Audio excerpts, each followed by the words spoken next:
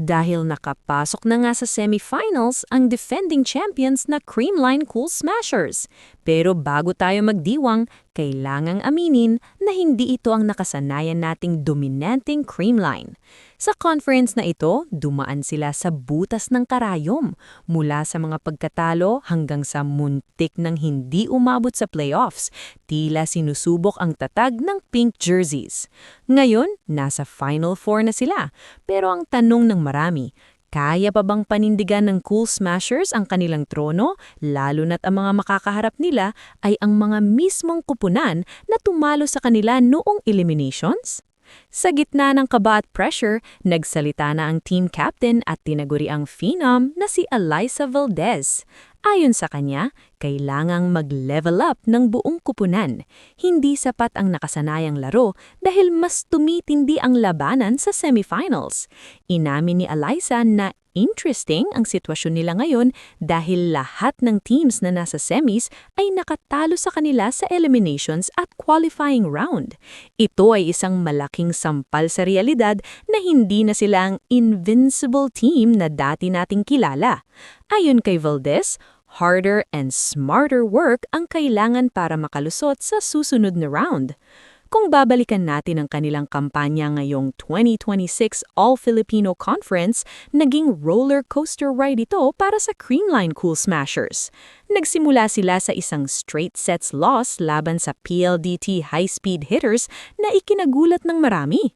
Sinundan pa ito ng masaklap na pagkatalo sa Farm Fresh Foxies sa loob ng 4 na sets. Muntik na itong maging mitya ng kanilang pagkakalaglag sa postseason. Hindi rin natin makakalimutan ang serye nila laban sa Signal Super Spikers kung saan nanalo sila sa dikitang 5-set thriller, pero binabagin din sila ng Signal sa qualifying round. Dahil dito, napilitan ng Creamline na dumaan sa isang play-in path para lang mabuhay ang kanilang pangarap na back-to-back titles. Bilang isang taga-subaybay, makikita natin na ang pinakamalaking problema ng Creamline ngayon ay ang consistency sa floor defense at ang kanilang middle transition. Sa laban nila kontra Akari, dito natin nakita ang tunay na laro ng isang champion. Bagamat may mga iniindang injury ang ilang key players ng Creamline, nagawa nilang punan ang mga butas sa pamamagitan ng teamwork. Pero ang pinakamalaking factor sa panalong iyon ay ang muling pagbabangon ni Alyssa Valdez.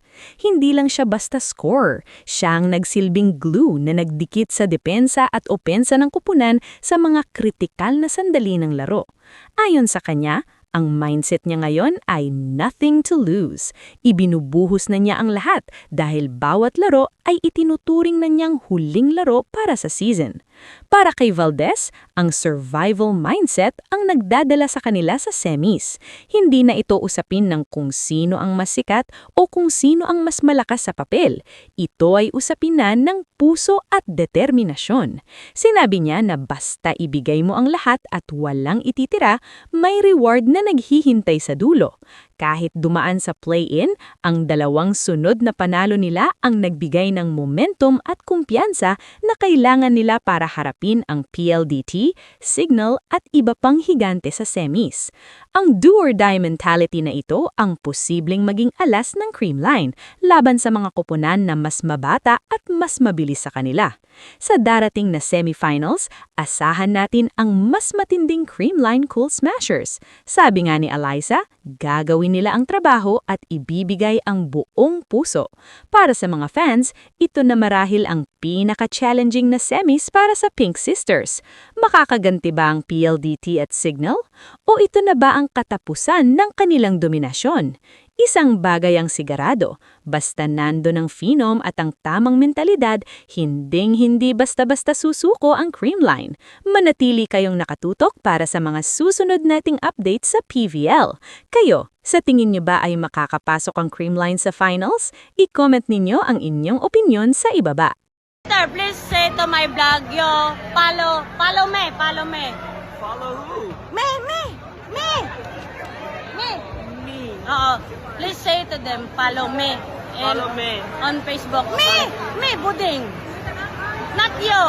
Buding. Sister. Follow Buding on Facebook. Thank you.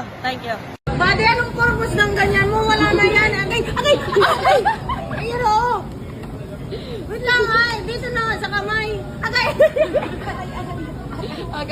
Agay. Para mabilis, no? Tinutong pa eh. Hindi kaya itong Sige nga, ganun mo din mamaya. Ganun mo nga. May Haloy mo. yun.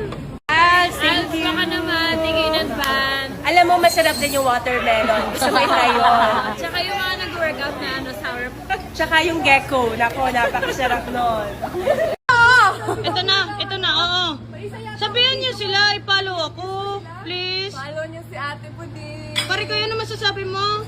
Follow niyo po siya para may pambayad na siya sa akin. Oo. Hindi kasi tayo nag-aabot, pare ko eh.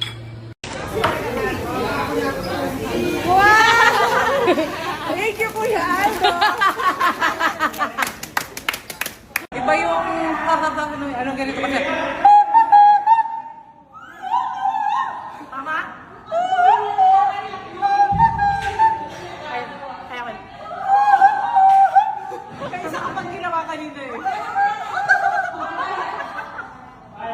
Tama naman diba guys? I-compare mo kung sino mas magaling sa aming dalawa.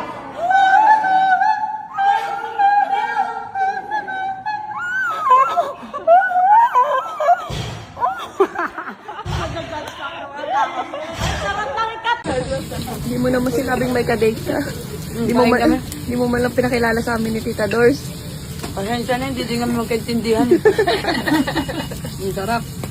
Yummy. Oh, hi kayo dyan. Hi kayo sa vlog ko. Hi vlog. Hi, vlog. Yummy.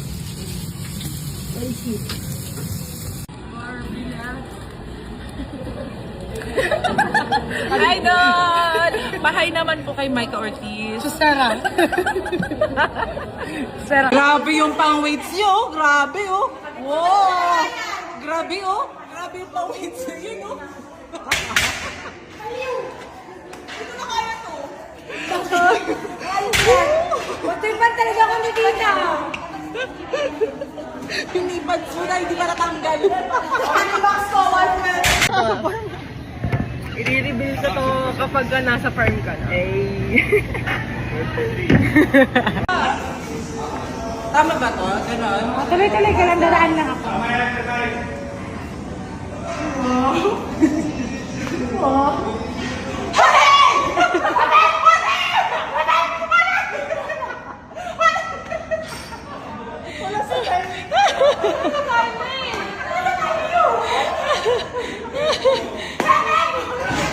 Naku na, excited yun. Ang cute! Ang cute! Nanay mo! Anong ginagawa ng nanay mo? Huwag mo tignan na, be. Bawal. Vlogger? Oh, follow niyo daw to, ha? Tiara, oh, follow niyo to. Tiara, yung ano naman, yung hindi labag sa loob mo. Hindi nga. Oh, okay. Hi everyone! Oh, follow niyo daw siya. Si Buding! Ayan, Ara My Loves ko yan. Ako talaga yung jowa ni Ate Ara My Loves.